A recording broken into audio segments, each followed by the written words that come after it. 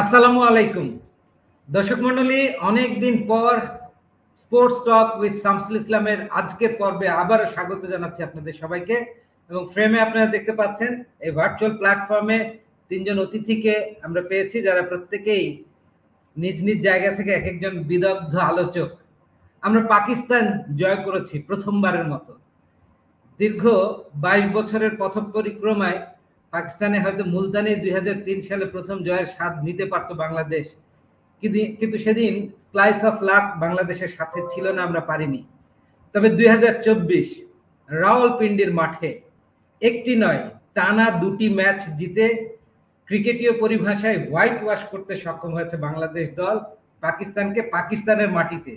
এবং পাকিস্তানের test cricket হিস্ট্রিতে দ্বিতীয়বারের মতো ঘরের মাঠে তার ধবল ধোলাই হলো। এর আগে 2022 সালে ইংল্যান্ডের কাছে 3-0 হেরেছিল, আর এবার 2024 দু বছরের ব্যবধানে বাংলাদেশের মতো দলের কাছে তারা 2-0 সিরিজটা হেরে গেল।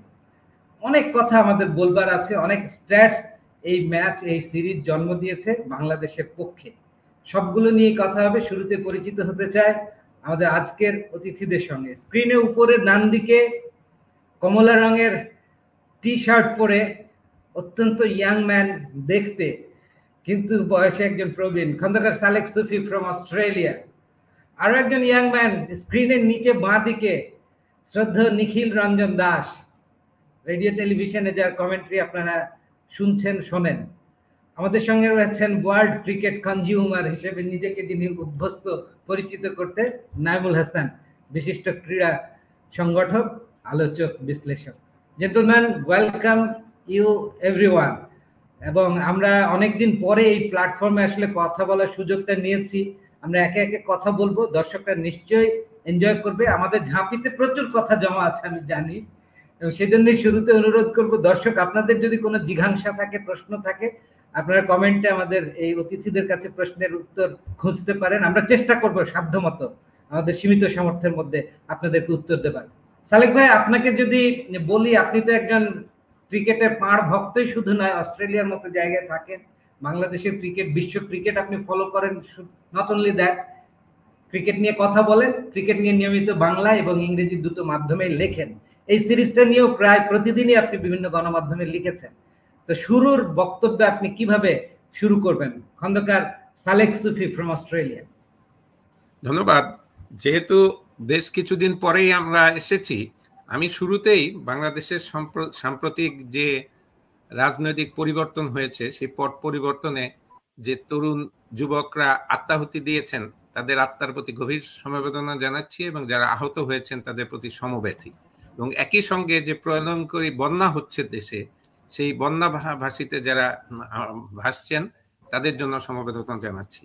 আপনি যে শিরোপা দিয়েছেন, বাংলাদেশের পাকিস্তান জয়, এটা শুধু ক্রিকেটের জয় না, এটা বাংলাদেশিরা পাকিস্তানিদেরও জয় করেছে। আপনারা যদি দেখেন, এই সিরিজে পাকিস্তানিরা বাংলাদেশের পতাকা উড়িয়েছে, পাকিস্তানি অনেক তরুণ বাংলাদেশের কালার পরেছে, এবং পাকিস্তানের সংবাদ মাধ্যমে কিন্তু বাংলাদেশি নিয়ে অনেক স্তুতি দেখতে পাচ্ছেন।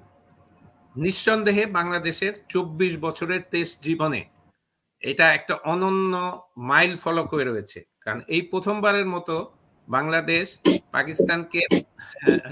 পাকিস্তানের বিরুদ্ধে শুধু টেস্টই জিতে নেই, পাকিস্তানের আঙ্গিনায় ডমিনেট করে, একেবারে পুরোপুরি ডমিনেট করে দুটো টেস্ট জিতে নিয়েছে।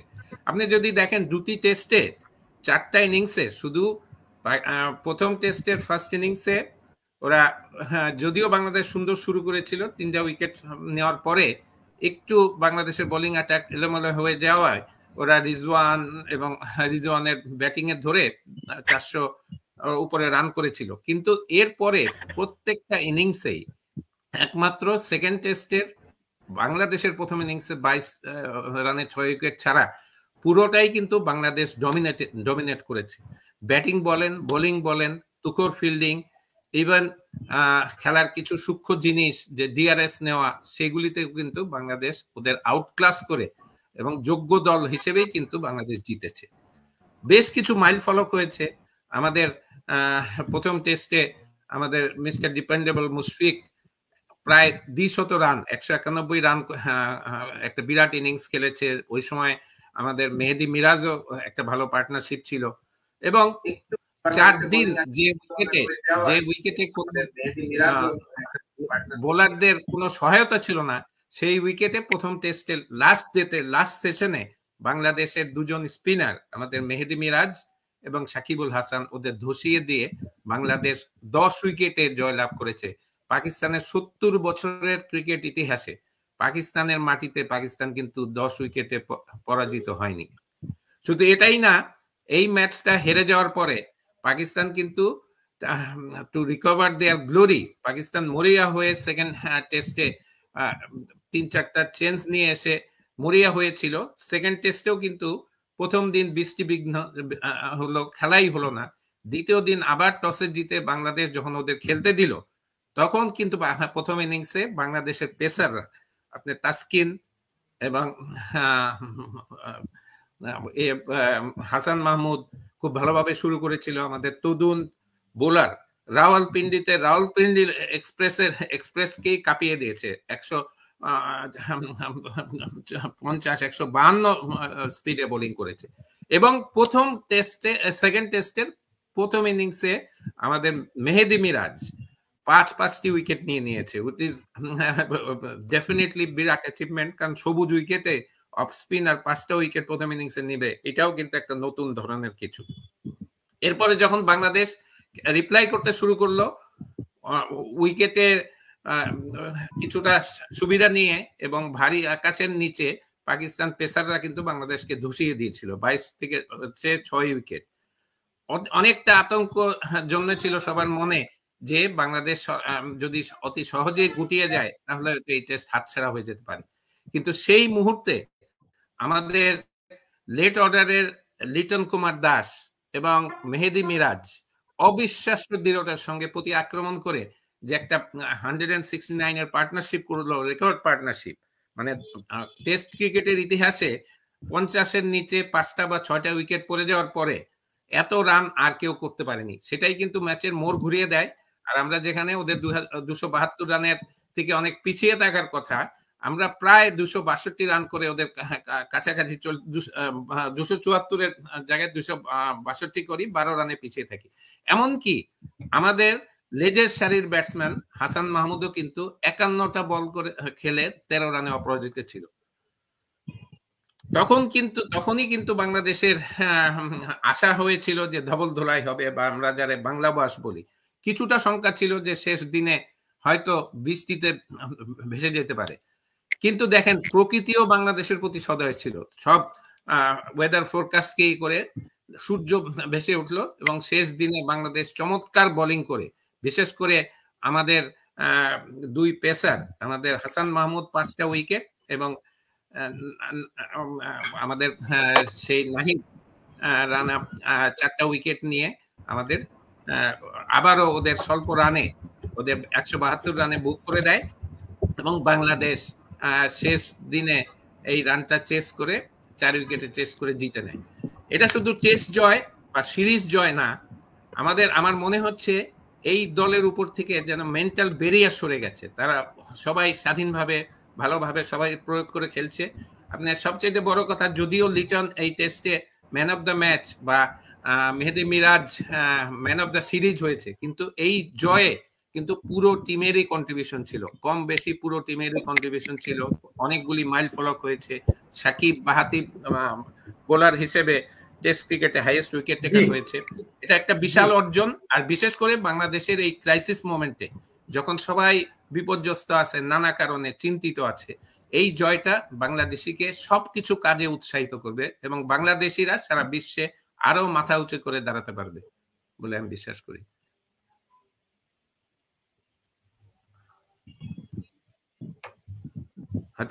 হয়তো শামসু হয়ে গেছে। আমি যদি শামসুর আস্তে আস্তে নিখিল দাকে বলতে পারি, আপনি আপনার পয়েন্ট অফ ভিউ থেকে যদি আপনার রিয়াকশন এবং বাংলাদেশের পারফরমেন্স নিয়ে বলেন। আপনারা শুনতে পাবেন, শুনতে পেয়েছেন? আমার এখানে আপনি বলেন। আপনি তো খেলার বিবরণ বিস্তারিত দিয়েছেন এবং এটা দর্শকরা যারা খেলা দেখেছেন এবং যারা শ্রোতারা যারা এখনো শুনছেন তারা এটা নিশ্চয়ই উপলব্ধি করবেন যে খেলায় কি হয়েছিল। তা আমার যেটা প্রথম টেস্টের কথা আমি বলবো না, প্রথম টেস্টে প্রতিদ্বন্দ্বিতা করেই আমরা জয়লাভ করেছি। দ্বিতীয় টেস্টের কথায় যদি আসি, যখন 25 রানে 6 উইকেট পড়ে গেল, 26 for 6, 26 রানে 6 উইকেট পড়ে গিয়েছিল, আমার কেন জানি মনে হচ্ছিল যে এই জুটিটা হয়তো ঘুরে দাঁড়াতে পারে। কারণ আপনি মিরাজ এবং লিটনের একটা জিনিস দেখেছেন, তারা প্রত্যেকটা বল খেলার পরে নিজেদের দিকে আই কন্ট্যাক্ট ছিল, কাছাকাছি এসছিল, কথা বলছিল কি করবে না করবে, এবং কোন রকম তাড়াহুড়া করেনি। তারা নিজেদের উপর আস্থা রেখে আস্তে আস্তে ইনিংসটা বিল্ড আপ করেছে এবং সেটাই কিন্তু শেষ পর্যন্ত আমাদের 262-তে নিয়ে যেতে সাহায্য করেছে। লিটন 17 রান পেয়েছে, মিরাজের দুর্ভাগ্য, মিরাজ 78 রান আউট হয়ে গেছে। কিন্তু মিরাজের প্রথম ইনিংসে 5 উইকেট নেওয়া এবং পরে 78 রানে আউট হলেও যে ম্যান অফ দি ম্যাচ এবং ম্যান অফ দি সিরিজ পেয়েছে, ম্যান অফ দি ম্যাচ অবশ্য লিটন পেয়েছে। কিন্তু আমি একটা জিনিস বলবো যে মিরাজের ফিরে আসাটা কিন্তু আমার কাছে একটা ইতিবাচক, কারণ আমরা এর আগে মিরাজকে টি-20-তে পাইনি এবং এখানেও অনেকে বলেছিলেন যে মিরাজকে কেন দলে নেওয়া হলো, এবং মিরাজ কিন্তু প্রমাণ করে দিল যে মিরাজ হারিয়ে যায়নি, মিরাজ হয়তো লুকিয়ে গিয়েছিল কিন্তু এখন মিরাজ আবার ফিরে এসছে। কাজেই আমার একটাই বক্তব্য, সেটা হলো যে এই দলটাকে এখন গ্রুমিং এর দরকার। আমাদের কোচ নিয়ে অনেক কথাবার্তা হচ্ছে, এগুলিতে আমি যাব না। তবে একটা জিনিস যেটা হলো, এই দলটাকে যদি আমরা ধরে রাখতে পারি এবং সংঘবদ্ধ করতে পারি তাহলে কিন্তু আমাদের ভবিষ্যৎ ক্রিকেট আমাদের জন্য উজ্জ্বল। আরেকটা ব্যাপারে আমি সেটা বলবো যে আমাদের পেস অ্যাটাক, অনেকে ধারণা করেনি যে বাংলাদেশের পেসাররা 10টি উইকেট নেবে। আমরা সবসময় স্পিন নির্ভর, কিন্তু সেই স্পিন নির্ভর হলো আমরা কিন্তু এবার দেখিয়ে দিয়েছি যে আমাদের পেসাররা, তরুণ পেসাররা, আমি তাসকিন তো আমাদের পরীক্ষিত সৈনিক, কিন্তু হাসান মাহমুদ এবং নাহিদ রানা, বিশেষ করে নাহিদ রানার স্পিড, আপনি একটু আগেই বলেছেন যে 152 কিলোমিটার, 152 কিলোমিটার 21 বছরের একটা ছেলে কন্টিনিউয়াস বল করে যাচ্ছে 149 থেকে 152-তে, এটা কিন্তু আমাদের জন্য একটা বিরাট পাওনা। এবং এই সম্পদ যদি আমরা ধরে রাখতে পারি তাহলে কিন্তু আমাদের ভবিষ্যতের পেস অ্যাটাকের জন্য ওটা খুবই ভালো হবে। অনেকে বলছেন অ্যালান ডোনাল্ড আমাদের এটা তো দিয়ে গেছেন, কিন্তু এখনো যিনি দায়িত্বে আছেন তিনিও কিন্তু চেষ্টা করছেন। এবং খেলা আমি জানি যে আপনারা খেলার মধ্যে নিশ্চয়ই দেখেছেন যে এক পর্যায়ে যখন দ্বিতীয় ইনিংস শুরু করতে যাচ্ছিল পাকিস্তান, তখন কিন্তু তখন আমাদের পেসের যে কোচ তিনি গিয়ে কিন্তু কথা বলেছেন তাদের সঙ্গে এবং সেটাই তাদের উজ্জীবিত করেছে। আমার মনে হয় যে এই দলটাকে ধরে রাখা দরকার, এই দলটাকে গ্রুমিং দরকার। আমরা এরপরে ভারতে খেলতে যাচ্ছি এবং যদি আমরা এই মনোবল ধরে রাখতে পারছি তাহলে কিন্তু আমরা ভারতও ভালো রেজাল্ট আশা করতে পারি। জি, ধন্যবাদ নিখিল দা। এবারে নাইমুল ভাই বলেন, এই ম্যাচটাকে আপনি কিভাবে দেখছেন, এই সিরিজটা? ধন্যবাদ শামসুল ভাই, এবং যেটা বললো অস্ট্রেলিয়ান ভাইয়া, আমাদের আসলে শুনতে পাচ্ছেন শামসুল ভাই? শামসু, দুইটা ডিভাইস খোলা, একটা ডিভাইস শামসু বন্ধ করো, নাহলে ঝামেলা হবে।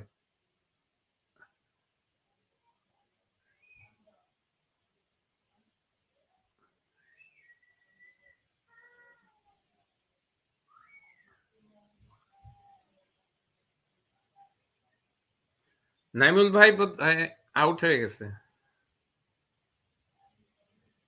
শোনা যাচ্ছে না। শামসু, তোমাকে শুনতে পাচ্ছি না, শুনতে পাচ্ছি না। হ্যাঁ, শোনা যাচ্ছে এবার? হ্যাঁ, এখন শোনা যাচ্ছে। বাংলাদেশ এইবার এই দুটো ম্যাচ জেতার ফলে পয়েন্ট টেবিলে কিন্তু উত্তরণ ঘটেছে। ইংল্যান্ডকে সরিয়ে এখন আমরা 4 নম্বর পজিশনে রয়েছি, যথারীতি ইন্ডিয়া, অস্ট্রেলিয়া, দেন নিউজিল্যান্ড, তারপরেই বাংলাদেশ। তো তো বাংলাদেশের আলটিমেট টার্গেট টেস্ট ফরম্যাটে নাকি টপ 5 এ থাকা। তো এই একটা সুখস্মৃতি নিশ্চয়ই আমাদেরকে আগামী ইন্ডিয়া সিরিজেও ভালো খেলতে উদ্বুদ্ধ করবে। সব মিলিয়ে এই সিরিজে যে আমাদের জয় বা এরকম প্রশংসনীয় ক্রীড়া নৈপুণ্য, এটা কিন্তু বাই ফ্লুক আসেনি। এটা একটা পরিকল্পিত প্ল্যানিং এবং অফ সিজনে রেড বল ক্রিকেটারদের নানাবিধ প্রশিক্ষণের মাধ্যমে ফলাফলটা এসেছে। হ্যাঁ নাইমুল ভাই শোনা যাচ্ছে? নাইমুল ভাই শুনতে পাচ্ছেন?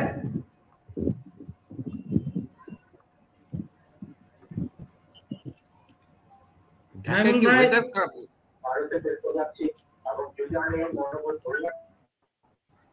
নাইমুল ভাই শোনা যায়? নাইমুল ভাই,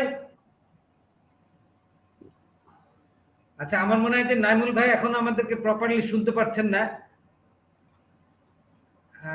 আনমিউট করাই আছে তার। আমরা তিনি শুনতে পেলে আমরা তার কাছ থেকে অবশ্যই শুনবো। সালেক ভাই আপনি কন্টিনিউ করেন পরবর্তী যে এটা বাংলাদেশ যে পয়েন্ট টেবিলে এগিয়ে আছে এবং ইন্ডিয়া সিরিজটা কেমন হতে পারে। না আমি বলছি যে কথা নিখিল দা বললেন যে বাংলাদেশ কিন্তু অলরাউন্ড খেলেই জিতেছে, ডমিনেট করেই জিতেছে। বিশেষ করে এই দলটার যে পেস অ্যাটাক, আমাদের বিদেশের মাটিতে বিশেষ করে টেস্ট জয়ের দুটা আমাদের শর্টকামিং ছিল। এটা আমাদের মানে পেস বোলিং উইক ছিল এবং লেগ স্পিনার ছিল না। এখানে আমরা দেখলাম যে আমাদের যে তরুণ দুটো পেসার, তাসকিনের কথা তো আমরা জানি, শরীফুলের কথাও জানি, আমাদের হাসান মাহমুদ মাত্র কয়টা টেস্ট খেলেছে, 4-5টা টেস্ট খেলেছে। নাহিদের সম্ভবত এটা 3rd টেস্ট। এরা যেভাবে উঠে এসেছে নাহিদের গতি দিয়ে, আমি আবারও বলেছি পিন্ডি এক্সপ্রেস, এই শোয়েব আক্তার কিন্তু নিজেই বলেছে যে আমার শহরে এসে এই ছেলে যেভাবে 21 বছর বয়সে বা 23 বছর বয়সে খেলে গেল, এই ছেলেই কিন্তু আমার রেকর্ড একদিন ভেঙে দেবে। আমি শোয়েব আক্তারের দেখেছি।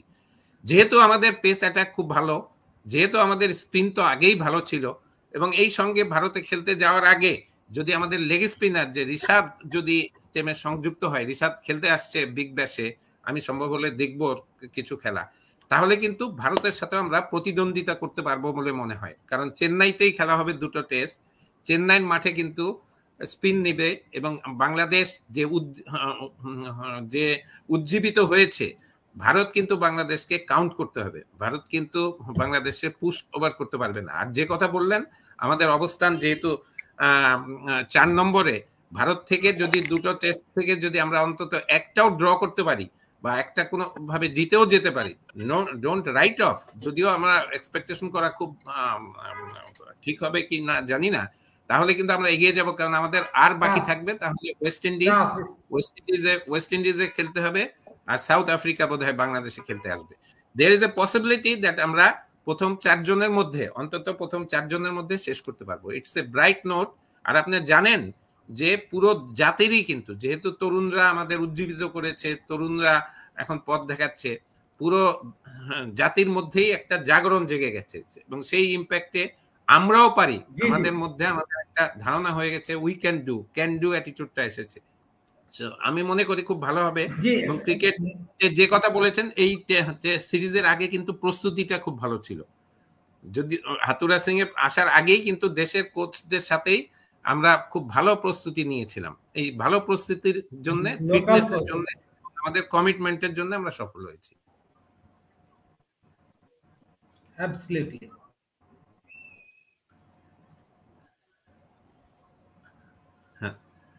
নাইমুল ভাই, আপনি এই সিরিজের জয়টাকে এবং এই যে পাকিস্তান জয়, আপনি কিভাবে মূল্যায়ন করবেন নাইমুল ভাই? নাইমুল ভাই কি শুনতে পাচ্ছেন? আচ্ছা, আমরা দাদাকে একটু শুনি। দাদা, আপনি নিশ্চয়ই বাংলাদেশের এই পারফরমেন্সে ভীষণ খুশি হয়েছেন, এবং টেস্ট ফরম্যাটে সত্যিকার অর্থে হোম টিম সবসময় একটা অ্যাডভান্টেজ। টেস্টে আমাদেরকে একটু আন্ডারমাইন করেছিল কিনা, 448 ডিক্লেয়ার করেছিল 6 উইকেটে, তারপর সেটাকে আমরা 117 লিড দিয়েছিলাম।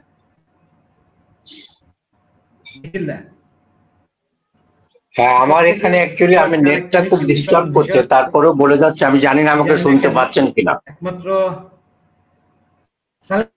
আমার যদি কানেক্ট হতে না পারে আপনি কথা চালিয়ে যাবেন আপনার ডিফারেন্ট ভিউজ থেকে। আচ্ছা, বাংলাদেশে যাওয়া স্মৃতিতে সালেক ভাই শুনতে পাচ্ছেন? আমি শুনতে পাচ্ছি। নিখিলদা কন্টিনিউ করেন। আমার মনে হয় যে আমরা যেভাবে প্রস্তুতিটা নিয়েছিলাম সেই প্রস্তুতি আমরা কাজে লাগাতে পেরেছি। আর আপনি যে একটু আগে বললেন যে আসন্ন ভারত সফরে আমরা কি করতে পারি, আসন্ন ভারত সফরে আপনি সত্যিই বলেছেন, একজন লেগ স্পিনার আমাদের দরকার। মিরাজ আমাদের সঙ্গে রয়েছে, অফ স্পিন বোলিং আমাদের সাকিব রয়েছে, অর্থোডক্স লেগ বাঁহাতি বোলার, এবং সবকিছু মিলে, এবং আমাদের যে পেস ব্যাটারি কিন্তু, এবং এর সঙ্গে আমি নিশ্চিত যে ভারতে মুস্তাফিজ যুক্ত হবেন। তা যদি হয় তাহলে কিন্তু আমাদের পেস এবং স্পিনের যে কম্বিনেশন, এই কম্বিনেশনে আমরা ভারতকে হয়তোবা আমরা প্রতিদ্বন্দ্বিতা করতে পারবো, এবং আমাদের সফরটা এবং খেলাটা তুলনামূলকভাবে প্রতিদ্বন্দ্বিতামূলক হবে। এবং এখানে আরেকটা জিনিস যেটা হলো যে আমি একটা জিনিস বলতে চাই যে আমাদের ব্যাটারদের নিয়ে, সাদমান এবং জাকির দুজনেই নতুন। সাদমান এবং জাকির দুজনেই কিন্তু নতুন, কিন্তু তারপরেও তারা উদ্বোধনী জুটিতে খুব একটা খারাপ করেনি। শান্ত 3 খেলে যাচ্ছে কন্টিনিউয়াস, শান্ত কিন্তু মোটামুটি ভালোই খেলছে। এরপরে আসছে 4 নম্বরে। এখন 4 নম্বরটা এখানে আমার একটু মতদ্বন্দ্ব আছে। 4 নম্বরে আমার মনে হয় যে আমরা মুশফিককে 4-এ নিয়ে আসা উচিত। 4-এ নিয়ে আসা উচিত এই জন্য, কারণ আপনি দেখেন প্রথম 3 জনেই কিন্তু 3 জনের মধ্যে 2 জন বাঁহাতি এবং শান্ত বাঁহাতি। একটা রাইট এন্ড লেফট কম্বিনেশন হলে, তাহলে প্রথম দিকে যদি বোলাররা একটা ডমিনেট করতে চায়, তাহলে কিন্তু রাইট এন্ড লেফট কম্বিনেশনে বোলাররা কিছুটা হয়তো তাদের সামলানো সম্ভব হবে। তারপরে সাকিব রয়েছে, মিরাজ রয়েছে, মোটামুটি সবাই ভালো খেলছে, সবাই ফর্মে আছে, এবং এই ফর্মটা যদি আমরা 19 তারিখ থেকে যে সফর শুরু হচ্ছে সেই সফরে ধরে রাখতে পারি, তাহলে আমার মনে হয় যে আমরা হয়তো আরেকটা মিরাকেলও দেখতে পাবো।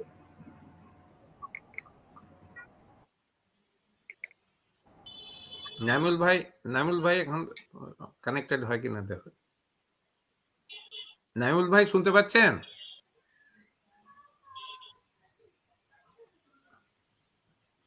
নেট কিন্তু খুব ডিস্টার্ব করছে আজকে।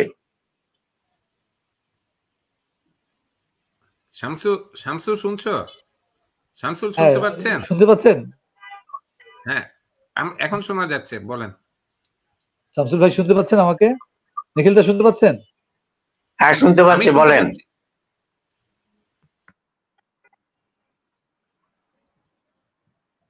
আমি শুনতে পাচ্ছি, আপনারা শুনতে পাচ্ছি, আমরা শুনতে পাচ্ছি। আপনি বলেন, আপনি বলে যান, নাইমুল ভাই আপনি বলে যান।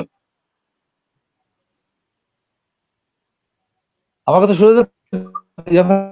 হ্যাঁ শুনছি ভাইয়া, হ্যাঁ শুনছি।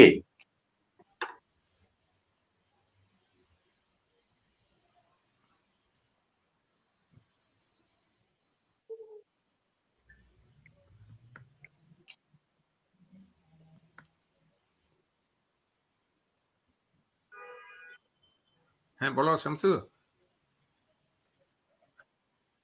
শামসুল, আমি তো শুনতে পাচ্ছি।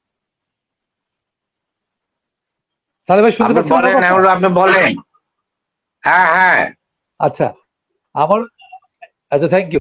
আমার মনে হচ্ছে আমার হিসাবে এখন পর্যন্ত বাংলাদেশের শ্রেষ্ঠ অর্জন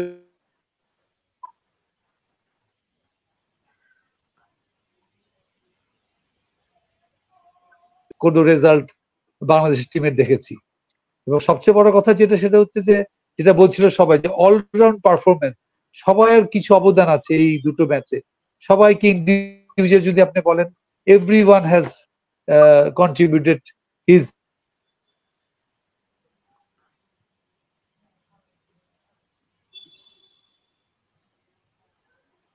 নেটের প্রচুর সমস্যা আজকে, নেটের জন্য আজকে নেটের খুব সমস্যা হচ্ছে। তার উপরে আমার এখানে ইলেকট্রিসিটি নেই, জেনারেটর চলছে। গ্যাসের যে অবস্থা, আপনার যে ইলেকট্রিসিটি বাংলাদেশে এখনো আছে?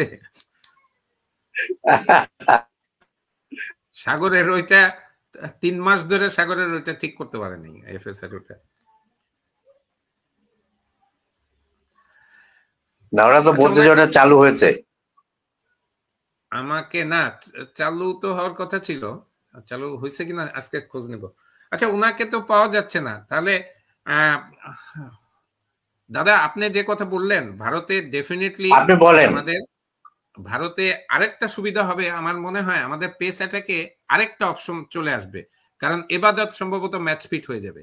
আপনি চিন্তা করেন, Taskin is in very good form, শরীফুলও ইনজুরি থেকে সরে আসবে। আমাদের ব্যাকআপটা দেখেন, হাসান মাহমুদ 5টা উইকেট নিয়েছে এবং পুরো সিরিজে কিন্তু Hasan Mahmud good impression create করেছে। নাহিদকে অবশ্যই নিবে, সারপ্রাইজ অ্যাটাক।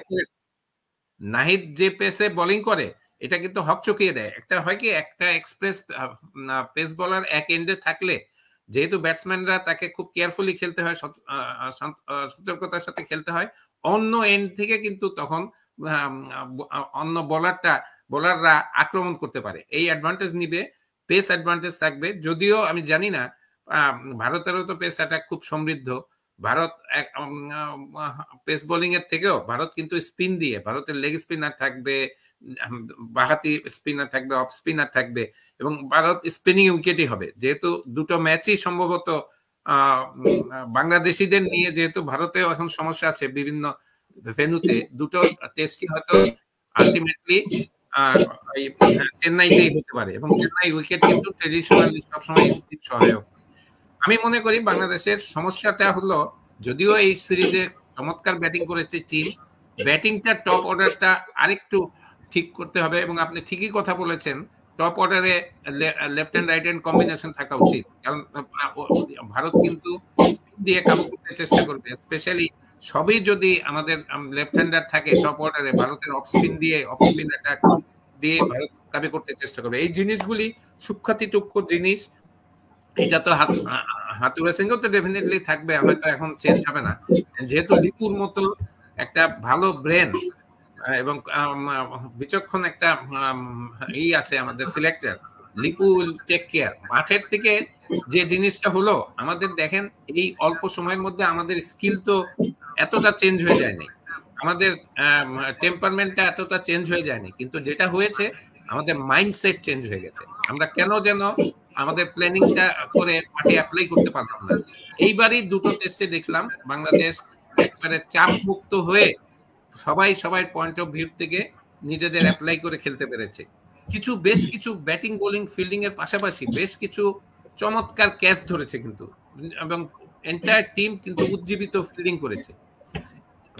পুরোটা টিম একাট্টা হয়ে খেলেছে এবং সবার মাঝেই কিন্তু হার না মানা একটা মনোভাব ছিল। আদারওয়াইজ 22 রানে 6টি উইকেট পড়ে যাওয়ার পরে সেই টিম ঘুরে দাঁড়িয়ে যে টেস্ট জিতিয়ে দেবে, সেটাও কিন্তু একটা বিশাল অর্জন। যাই হোক, সবকিছু মিলিয়ে এটা বাংলাদেশের সবচেয়ে, যেটা নাইমুল ভাই বলেছেন, আমার মনে হয় it is the best test win, best series win.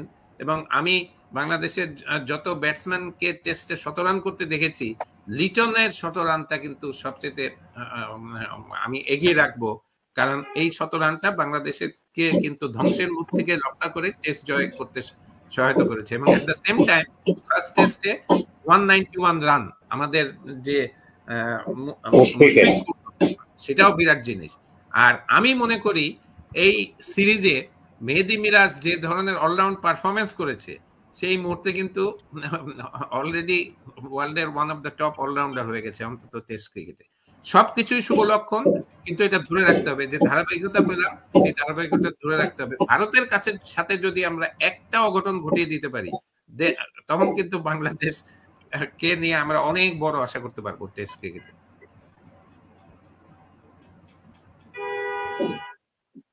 হ্যাঁ নাইমুল ভাই।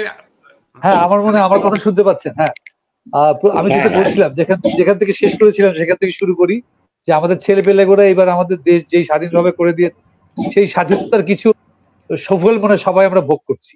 আমরা দেখেন আন্ডার-20 আমরা জিতেছি, সেটাও ভারতকে হারিয়ে সেমিফাইনালে, তারপরে তো আমরা জিতলাম। এবং এইখানে যে ব্যাপারটা ঘটেছে, আমরা সবাইকে পারফরমেন্স দেখছি। লিটনকে তো অবশ্যই আমি মানে ম্যান অফ দ্য ম্যাচ বলবো, কিন্তু আসলে আমার ম্যান অফ দ্য ম্যাচ শুধু লিটন একা নয়, আমার man of the match Hasan Mahmud. ওর দুটো কারণে, একটা কারণে ও যে 51 বল 2 ঘন্টা থেকে খেললো সালে ভাই, 51 বল 2 ঘন্টা খেলে যেই সাপোর্টটা দিল লিটনকে, সেটাই একটা অন্য উজ্জীবিত করে দিয়েছে। এবং ওর 2 ঘন্টা থাকাতে আমি তো মনে করি ও পিচের অনেক কিছু দেখতে পেরেছে, এবং সেটার সুফল কিন্তু আমরা তার পরের দিন পেয়েছি। মানে এইগুলি আমরা ঠিক ছোট ছোট জিনিস কিন্তু আমরা খেয়াল করি না। আমি কিন্তু আমার ম্যান অফ দ্য ম্যাচ কিন্তু হাসান মাহমুদ। মানে লিটনের তো অসাধারণ, লিটনের কিছু বলার নাই, মানে সে সবার কাছ থেকে পেয়েছে। কিন্তু যদি বলি আমি অ্যাজ আমার কনজিউমার, আমার man of the match Hasan Mahmud. ও যে সাপোর্টটা দিয়েছে, ও যদি তখন সাপোর্টটা দিতে না পারে তাহলে কিন্তু লিটনের কিছুই করার নেই।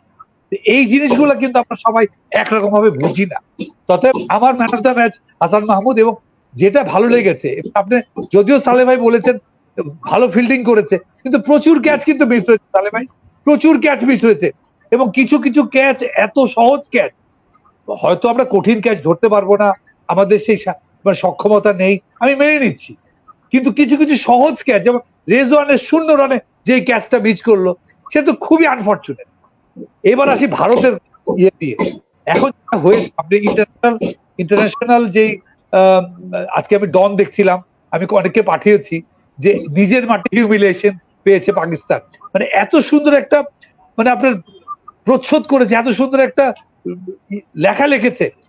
এতে হয়েছে কি, আপনি ইন্ডিয়াতে এইবার খেলতে গেলে আমরা ভয় পাবো না সালে ভাই। আমরা সব সময় ইন্ডিয়াতে খেলতে গিয়ে প্রচন্ড ভয়ে ছিলাম, খেলার আগে হেরে যেতাম। এই খেলার আগে হেরে যাওয়ার বাংলাদেশ আর এখনো পাওয়া যাবে। এখন আমরা বুঝতে পেরেছি আমরা যে কোনো সময় যে কোনো টিমকে হারাতে পারি। পাকিস্তানের মাটিতে গিয়ে পাকিস্তানকে হারানো যে কোনো দলের পক্ষেই খুবই কঠিন, খুবই কঠিন। সেই কাজটা যেহেতু আমরা করতে পেরেছি, সেই মনোবলটা যদি আমরা রাখতে পারি, আমি তো ভারতের সাথে খুবই আশাবাদী। তবে এটাও খেয়াল করতে হবে, ভারত এখন অসম্ভব তেতে আছে। ওরা জানে বাংলাদেশ ভালো খেলেছে, অতএব ওরা কিন্তু ওদের অস্ত্র, এবং আমি মনে করি ভারতে আসলে স্পিনই বেশি হবে ভালো। যেটা আশ্রয়ায়ন এবং কুলদীপ করবে, সেটাকে আমরা কিভাবে সামলাবো আমি ঠিক বুঝতে পারছি না। সেই স্পিনকে যদি আমরা ভারতে সামলাতে পারি, ফাস্ট বোলিং যেহেতু পাকিস্তানে খেলে এসেছে, সেখানে একটা কনফিডেন্স আছে, আমার ধারণা ফাস্ট বোলিং এ বাংলাদেশ ভালোই খেলবে। কিন্তু স্পিনটা আমরা কিভাবে সামলাবো আমি সেটা নিয়ে সবচেয়ে চিন্তিত আছি। আপনি সালে ভাই বলছিলেন একজন ব্যাটারের কথা, আসলে ব্যাটারদের আরো ভালো ব্যাটিং করতেই হবে। এই হঠাৎ করে আমরা 26 রানে 6-এর পরে সবসময় আমরা 300 করে ফেলবো, সেটা চিন্তা করা যাবে না। অতএব আমাদের ব্যাটারদের ভালো করতে হবে এবং স্পিনে ভালো করতে হবে, কারণ ভারতের মাটিতে আমি মনে করি স্পিন আমাদের জন্য খুবই কঠিন সাধ্য হবে। এবং সর্বোপরি আমি বলি যে বাংলাদেশের এই অর্জন এখন পর্যন্ত বাংলাদেশের ক্রিকেটের ইতিহাসে শ্রেষ্ঠ অর্জন। শুধু ক্রিকেটের ইতিহাসে কেন বলবো, আমাদের স্পোর্টস ইতিহাসে ওয়ান অফ দ্য বেস্ট অর্জন এই পাকিস্তান বল। শামসুল ভাই শুনতে পাচ্ছেন? আমরা কিন্তু 5টা সিরিজ জিতেছি, আমাকে যদি শোনা যায় 5টা সিরিজ জিতেছি। শামসুল ভাই যত সিরিজই জিতি না কেন, পাকিস্তানের এই জাতীয় ধারে কাছে কেউ আসবে না। এটা যদি 10-এ 10 দেন, অন্যগুলো আসবে 10-এ 2, 10-এ 3। অ্যাবসলিউটলি এগ্রি, মানে নো ডাউট, ডিসএগ্রি করার কোনো সুযোগ নাই। এটা সেকেন্ড অ্যাওয়ে ভিক্টরি, সিরিজ জয়। এর আগে আমরা ওয়েস্ট ইন্ডিজের সাথে 2000, ওটা খুবই দুর্বল ছিল, আমি একদম পুরোটা মনে করতে পারছি, ওটা খুবই দুর্বল ওয়েস্ট ইন্ডিজ ছিল শামসুল ভাই। বাট এই যে সিরিজটা আমরা জিতলাম, একটা বিষয় কিন্তু সঠিক, as a team, combined team এফোর্টে আমরা জিতেছি। 26-6, one of the finest and greatest comeback in the history of test match cricket। এবং একটা রেকর্ডও করেছে ওরা, 26 রানে 6 উইকেট পড়ে যাওয়ার পর 7th wicket partnership 150 or more রানসের যে জুটি গড়েছে, এইটা টেস্ট ক্রিকেটে এর আগে কখনো দেখা যায়নি। তো এই যে বিরল একটা কৃতিত্ব মিরাজ আর লিটন মিলে গড়েছে, আমার মনে হয় যে মেন্টাল কনফিডেন্সটা এখানে কি ফ্যাক্টর হিসেবে কাজ করেছে। আমার মনে হয় যে শীর্ষ 6 ব্যাটার প্রত্যেকেরই সামর্থ্য রয়েছে, সামর্থ্য দেখিয়ে তারা দলে সুযোগ পেয়েছে। একজন শ্রোতা আমাদের দর্শক প্রশ্ন করেছেন যে এত ভালো কিছুর মধ্যেও শান্তর অফ ফর্মটা তাদেরকে চিন্তিত করেছে। ফাইনালি শান্ত কিন্তু কন্ট্রিবিউট করেছে, সেকেন্ড ইনিংসে প্রত্যেকটা ব্যাটার মিডিওকার ইনিংস খেলেছে, but very useful knock everyone. শান্তকে এবার শুধুমাত্র খেলা দিয়ে বিচার করলে হবে না, শান্তকে এবার একটু অন্যভাবে বিচার করতে হবে। একটা যখন টিম লিড করে, এবং আপনি দেখেন শান্তর পরিবর্তনগুলো কাজে লেগেছে, আমরা কখন সাকসেসফুল বলি, যখন যে কেউ একটা পরিবর্তন করলে যদি সাকসেস হয় তখনই কিন্তু। অতএব শান্তকে শুধুমাত্র এবার আমি ব্যাটার হিসেবে ধরবই না। শান্ত ইজ এ লিডার। শান্ত প্রতিটা টিম প্লেয়ারকে কাজে লাগিয়েছে। বোলিং এ যখন মিস করেছে সে সান্ত্বনা দিয়েছে, ক্যাচ মিস করেছে সান্ত্বনা দিয়েছে। একটা লিডার কিন্তু শুধু ব্যাটিং বোলিং করলে হবে, তাকে লিড করতে হবে। সেই ক্ষেত্রে শান্ত এবার 10-এ 9 পেয়েছে। অতএব শান্তকে ব্যাটিংটা এবার, দর্শক প্লিজ এটা শান্তকে বাদ দেন, এবার শান্তকে ব্যাটিং দেখেন না। না, আমি নাইমুল ভাইয়ের সাথে পুরোপুরি একমত। কারণ এই ধরনের একটা কঠিন সিরিজ এবং সাকসেসফুলি টিমকে চালিয়ে নিয়ে আসার জন্য কিন্তু ক্যাপ্টেনের একটা বিরাট ভূমিকা থাকে। ডেফিনেটলি উনি বোলিং চেঞ্জ প্রপারলি করেছে, ফিল্ড সেট প্রপারলি হয়েছে, এবং সবচেয়ে বড় কথা বাংলাদেশ কিন্তু ডিআরএস গুলি ঠিক মতো নিয়েছে। সে ওই জন্য আমি বলছি, আমি ওই জন্যই সালে ভাই বলছি যে এইবারে ক্যাপ্টেনের 10-এ 10 পেয়েছে, 10-এ 9 পেয়েছে। অতএব যখন একটা ক্যাপ্টেন ভালো করে তার ক্যাপ্টেন্সিতে, তখন তার ব্যাটিংটা কম ভালো করলেও চলে। কিন্তু ওটা ঠিক যে একটা জিনিস আপনারা যদি অ্যালাউ করেন, আমি স্ক্রিনে সম্ভবত কোনো ভারতীয় ভাইয়ের একটা কমেন্ট দেখলাম যে ভারত পাকিস্তান না, ভারত বাংলাদেশকে সুযোগ দিবে না। আমি ভারতের সাথে আমাদের পুরো ক্রিকেট যে প্রতিদ্বন্দ্বিতা এগুলি যদি টেনে নিয়ে আসি, এই বাংলাদেশ কিন্তু যদিও অন্য ফরম্যাট, 2007 সালে এই বাংলাদেশ কিন্তু ভারতকে বিশ্বকাপ থেকে সরিয়ে দিয়েছিল, অভাবনীয় ভারতের শক্তিশালী দলকে হারিয়েছিল। এই ভারত দল কিছুদিন আগে যখন বাংলাদেশে ক্রিকেট খেলতে এসেছিল, ঢাকা টেস্ট তো অলমোস্ট বাংলাদেশ জিতে গিয়েছিল, রবিচন্দ্র আশ্বিনের অভাবনীয় বোলিং ব্যাটিং এর জন্য জিতে যায়। এবং রবি আশ্বিন যিনি টেস্ট ক্রিকেটে এখন ভারতের জয়ের অন্যতম মূল নায়ক, তার স্পিন দিয়ে উনি নিজেই কিন্তু এই সময় লিখেছেন যে বাংলাদেশকে এখন রাইট অফ করা যাবে না, বাংলাদেশকে আমাদের অনেক সতর্কতার সাথে খেলতে হবে। ভারতীয় ভাইরা আপনাদের, আমি জানি ভারত এই মুহূর্তে 3 ফরম্যাটেই তুখোর দল এবং ভারতকে হারানো তো বিরাট ব্যাপার। কিন্তু বাংলাদেশকে যদি আপনারা হালকাভাবে নেন, কে জানে আমাদের এই বাংলাদেশিরা আপনাদের কিন্তু সারপ্রাইজ করে দিতেই পারে। ডোন্ট টোটালি রাইট অফ, কারণ একটা উজ্জীবিত টিমকে কিন্তু অনেক সময় দাবায় রাখা যায় না। So it will B a highly competitive game. হয়তো আপনারা, যেহেতু আপনাদের শ্রেয়ত্ব আছে, আর যদি অন্য কিছু না হয়, খেলার বাইরের কোনো কিছু ঘটনা না হয়, তাহলে কিন্তু বাংলাদেশকে হারিয়ে দেওয়া, একেবারে পত্রপাঠ বিদায় করে দেওয়া এত সহজ হবে না এই দলকে। জি সালেক ভাই, আমি নিখিলদার কাছে এই কোশ্চেনটা করতে চাচ্ছি। হাতুড়ির বিদায় চাই, এটা যে একটা গণদাবির একটা পর্যায়ে চলে গিয়েছিল, টেকনিক্যাল পয়েন্ট অফ ভিউ থেকে আফটার দিস সাকসেস এন্ড এই পাকিস্তান জয়ের পর আপনার কি মনে হচ্ছে হাতুড়ু সিং প্রসঙ্গে বা কোচিং স্টাফ প্যানেল সম্পর্কে?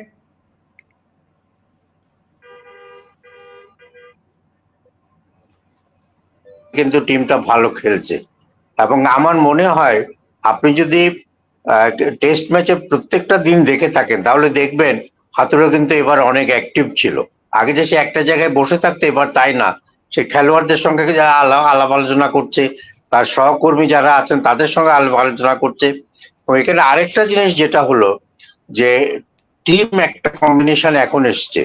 আমরা হাতুড়া সিংকে হয়তো বাদ দিয়ে দেব, কিন্তু তার আগে আমি বারবার যে কথাটা বলে এসেছিলাম এবং আমি মনে প্রাণে যেটা বিশ্বাস করি, আমাদের দেশীয় কোচ 1-2 আনা দরকার। এটা খুবই ভালো কথা। এখন কি ক্রিকেট কন্ট্রোল বোর্ডে ফাহিম চলে এসছে, সালাউদ্দিন আছে, এবং সালাউদ্দিন হয়তো হাতুড়া সিং এর সঙ্গে আসতে চাইবে না, কিন্তু তারপরেও আমার মনে হয় যে আমাদের জুনিয়র লেভেলেও যদি কোনো কোচ থাকে আমাদের, কারণ একটা জিনিস যেটা আমি চট্টগ্রামের মাঠে দেখেছি, সেই জন্যই আমি কথাটা বলছি যে ল্যাঙ্গুয়েজ ব্যারিয়ার, আমাদের কিছু কিছু খেলোয়াড়ের এখনো কিন্তু ল্যাঙ্গুয়েজ ব্যারিয়ার আছে এবং এই ল্যাঙ্গুয়েজ ব্যারিয়ারটা কাটাতে হবে। আর হাতুড়ার আগে একটা টিম ছিল, কিন্তু এখন সেই টিমটা ভেঙে গেছে, অন্য লোকজন এসছে, তারাও কিন্তু আস্তে আস্তে ডোমিনেট করছে। কাজে ঠিক এই মুহূর্তে যদি আমি কোচকে বিদায় করে দিই তাহলে আমাদের আসন্ন ভারত সফরে কি করব আমরা সেটা জানি না।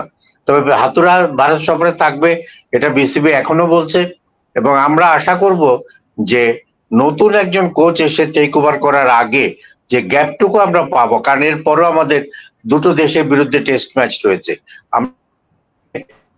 একজন কি 2জন সম্ভব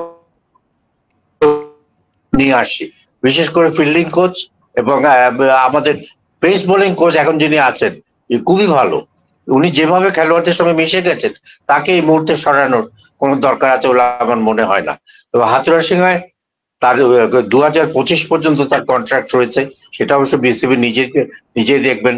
এবং সবচাইতে বড় কথা হলো একটু আগে আমরা যেটা শুনেছি, আমাদের ক্রিকেট বোর্ডে কিন্তু এখন দুজন লোক রয়েছে যারা এই দেশের ক্রিকেটের সঙ্গে অনেকদিন থেকে, যদি এখন যে বিসিবির যিনি প্রধান তিনি অনেকদিন এই দেশের ক্রিকেট খেলেছেন, চিফ সিলেক্টর ছিলেন। এবং লিপু এখন যিনি চিফ সিলেক্টর, লিপু কিন্তু অনেকদিন থেকে এই দেশের ক্রিকেটের সঙ্গে জড়িত। কাজেই ফাহিম ভাই এখন আমাদের নজমুল আবেদিন ফাহিম রয়েছেন, কাজে তারা যদি নিজেরা বসে নিজেদের মধ্যে আলাপ আলোচনা করে অন্যান্য পরিচালকদের নিয়ে যদি টিম ফরমেশন এবং কোচিং স্টাফ কি হবে সেটা ডিসাইড করেন, তাহলে কিন্তু আমাদের ভবিষ্যৎ ক্রিকেটের জন্য এটা একটা বিরাট পাওনা হয়ে থাকবে। আমরা স্ক্রিনে দেখতে পাচ্ছি মওদুদ আহমেদ, তিনি একটা কোশ্চেন করেছেন, ভাষ্যকার মারুফ আহমেদ এখন কোথায় আছেন, ওনাকে খুব মিস করি। Thank you so much. Maruf ভাই এখন আমেরিকার সিটিজেন, ওখানেই বসবাস করেন। মারুফ ভাইকে আমরাও ভীষণ মিস করি। কমেন্ট্রির মাধ্যমে নিশ্চয়ই হয়তো কোনো একদিন আবার পেয়ে যাব। নাইমুল ভাই আপনাকে দিয়ে পরবর্তীতে সালেক ভাইয়ের মাধ্যমে আমরা অনুষ্ঠানটা আজকে শেষের দিকে চলে এসেছি। আপনি ফিনিশিং নোটে কি বলছেন, ক্রিকেট সংস্কারে কি কি করা দরকার আমাদের? আচ্ছা, আমি একটু হাতুড়ে নিয়ে বলি। এখন কিন্তু হাতুড়ে ফাইনাল পরীক্ষা দিচ্ছে, অতএব সে কিন্তু তার হাইয়েস্টের চেষ্টা করবে, অতএব let him give him some time. আমি কিন্তু উল্টা করে বলবো, হাতুড়ে কিন্তু প্রচন্ড প্রেসারে আছে। এই যে নিখিলদা বলেছে, ও এখন প্লেয়ারদের সাথে খেলে, কথা বলে, হাত নাড়ায়, পা নাড়ায়, আগে তো বসে থাকতো সে। তো তাকেও একটা ফাইনাল সুযোগ দেওয়া দরকার। এবং ও কিন্তু এই সুযোগটা, আপনাকে ভালো পারফর্ম করছে টিমটা, ওকে আপনি কোনো সফল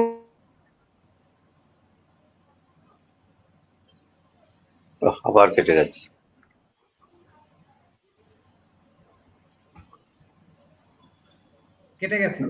সফলতা দিয়ে দিবেন না তা কিন্তু হয় না ভাই, এটা খুব খারাপ দেখায়। অতএব আমি কিন্তু মনে করি, আমি কিন্তু মনে প্রাণে মনে করি যে হাতুড়িকে আরেকটু চান্স এখন আমরা দিলেই পারি। আমরা একটু উদার হই না কেন শামসুল ভাই, সবকিছুতে আমরা কেন এত সংকীর্ণতা? ওকে, টেক ইট স্পোর্টিংলি। সালেক ভাই আমরা শেষ করব ক্রিকেট সংস্কার নিয়ে খুব সংক্ষেপে আপনার কথা বলে আমরা আজকের পর্বটা শেষ করি। ক্রিকেট সংস্কার নিয়ে একটা ভিন্ন পর্ব করার প্ল্যান থাকছে। আমারও তাই মনে হয়। জি, আমি আমার দুজন সহবক্তার সাথে একবারে পুরোপুরি একমত। কারণ ভারতের সাথে কিন্তু সিরিজ শুরু হওয়ার খুব বাকি নেই। এই মুহূর্তে এসে নতুন একজন হেড কোচ টিমের এখন যে পজিশন আছে অ্যাডজাস্ট করতে অনেক অসুবিধা হবে। সাতুরার বিরুদ্ধে বা বিপক্ষে যেটা সবচেয়ে বড় কথা, উনি সিনিয়র প্লেয়ারদের সাথে কারেক্টলি ব্যবহার করতো না। খেলোয়াড়দের মধ্যে একটা আতঙ্ক সৃষ্টি হয়ে গেছিল তাকে নিয়ে, নানা কথাবার্তায় এবং নানা চাপে পড়ে পরিবর্তিত পরিস্থিতিতে ফারুক চলে আসায় পরিবর্তিত পরিস্থিতিতে কিন্তু বুঝতে পেরেছে he is a professional, he will definitely apply. এবং যে কথা নাইমুল ভাই বলেছেন, তার ফাইনাল পরীক্ষা সেমিফাইনালটায় ভালো মতো পাশ করে গেছে, উতরে গেছে স্টার মার্কস নিয়ে। ফাইনাল পরীক্ষায় সে তার সবকিছু নিয়ে এক্সপ্লয়েট করে খেলবে। বিশেষ করে এই টিমের কথা যদি আমি আরো বলি, তার কেন জানি মেহেদী হাসান মিরাজের প্রতি একটু অ্যালার্জি ছিল। মেহেদী হাসান মিরাজ কিন্তু পারফরমেন্স দিয়ে বাধ্য করেছে তাকে তার অনুরাগী করে নিতে। Let's hope all for the best. আমরা এইভাবেই হাসতে থাকবো এবং আমরা এইভাবেই বাংলাদেশ দলের সাথে থাকবো। ভারতের সাথে কিন্তু আমাদের হাতুড়ার মতো আমাদেরও ফাইনাল পরীক্ষা।